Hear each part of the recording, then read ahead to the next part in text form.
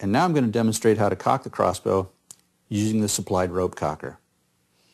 Grab one handle in one hand, hook it onto the string, and keeping the string tight, bring it all the way back, set the string into the notch behind the trigger assembly, always keeping the string tight, pull down, pull up on the string just a little bit to engage the other side, grab both handles like this, and with a steady pull, pull it all the way back until you hear it engage. That is engaged. Now you slowly release your pressure, sliding forward, remove the two string latches, and as I said, immediately slide it to the safe position. Here we've made the rope cocker a little bit shorter to make it easier to cock. What you do here is you grab the two hooks, again with the hooks being pointed up, hook underneath on either side of the barrel, keeping back tension on until you get the rope back just as shown here. Grab on either side, pull it up over the scope, and hook it in the groove behind the trigger assembly. Now as you notice, the hooks have jumped up on top of the barrel, so what you need to do is spread them out so that they're on either side of the barrel, and as you pull back, once you get your hands back past the riser here, make sure that you keep your elbows in and your hands close to your body. What that's going to do is give you down pressure on the hooks. If you try to pull straight up, this is what's going to happen. You can't cock the crossbow that way, and you could end up damaging it. If it pops up on you like that, let the pressure back down, put your hooks back out to the side, and start over.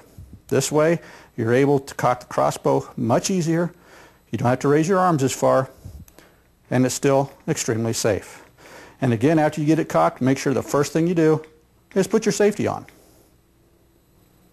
Now I'm going to show you a pretty easy way to change the string on the crossbow without having to use a bow press. You can only do this though as long as the string is intact. As you see, I've got the rope cocker on here with a shortened version with it already grasping the string.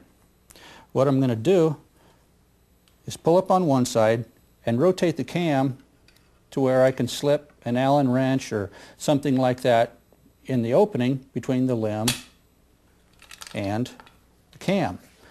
And if it pops off like that, all you have to do is keep a little back pressure on it. I'm going to pull up on the other side and do the same thing. As you can see, what that's done is it's locked the cams in place, and now there's no tension whatsoever on the string.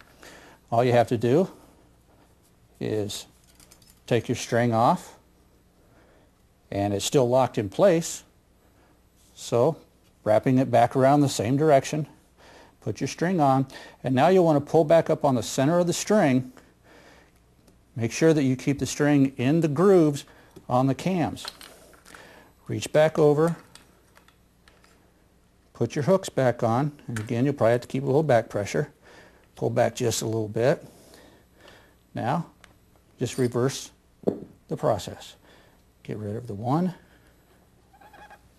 get rid of the other, and you've changed the string. Now I'm going to demonstrate how to properly load the bolt in the crossbow. Again, making sure that the safety is on. You take the cock feather, which helps align the moon knock to where it is down, and with a little bit of an angle, you slide it under the front edge of the bolt retainer, sliding it back all the way until it stops.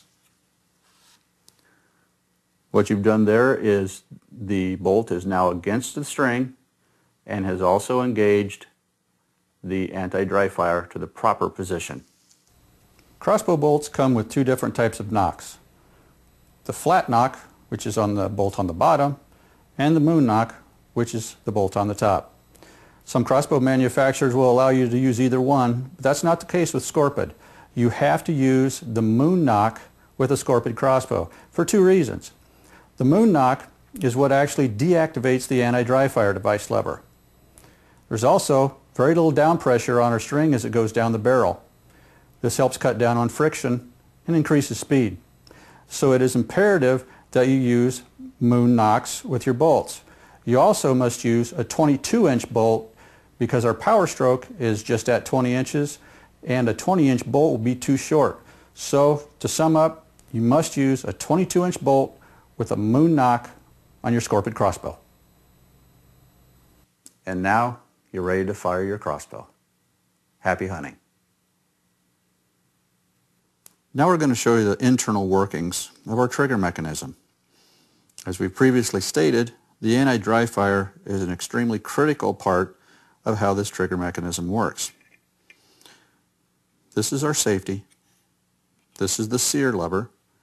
This is the latch. And this little lever is the anti-dry fire. Currently it's shown in the as fired position. Again, we'll use the Allen wrench to take the place of the string. As the string is brought back, several things happen. As you can see, the sear lowers and then raises, thus engaging the latch. The anti-dry fire lever is pulled back by this spring right here. It is in the fire mode because the safety is forward. To engage the safety, you simply slide this lever back and it sits underneath the sear so it cannot move. In order for the bow to fire, an arrow must be inserted activating the anti-dry fire, and you can see how it moves. When an arrow is placed in, it allows the anti-dry fire to clear the roof of the mechanism. If the bow were to be fired right now, as there is no string in there, the trigger is pulled, releasing the latch, and that's the sound you hear. What happens is the anti-dry fire is lifted up against the top of the mechanism. At this point, if you try to force a bolt in, it will move slightly and go up into the cutout area, thus completely disabling the firing mechanism. What you have to do at this point is simply pull back on the string again, re-engage it so it's back in the fire position. The arrow is inserted as such. Then when the trigger is pulled, it allows the mechanism to fire. If for any reason everything that you think is right and your crossbow still doesn't fire, that's probably what has happened. It's gone into the dry fire mode, like this, reset your string, and try to fire it again.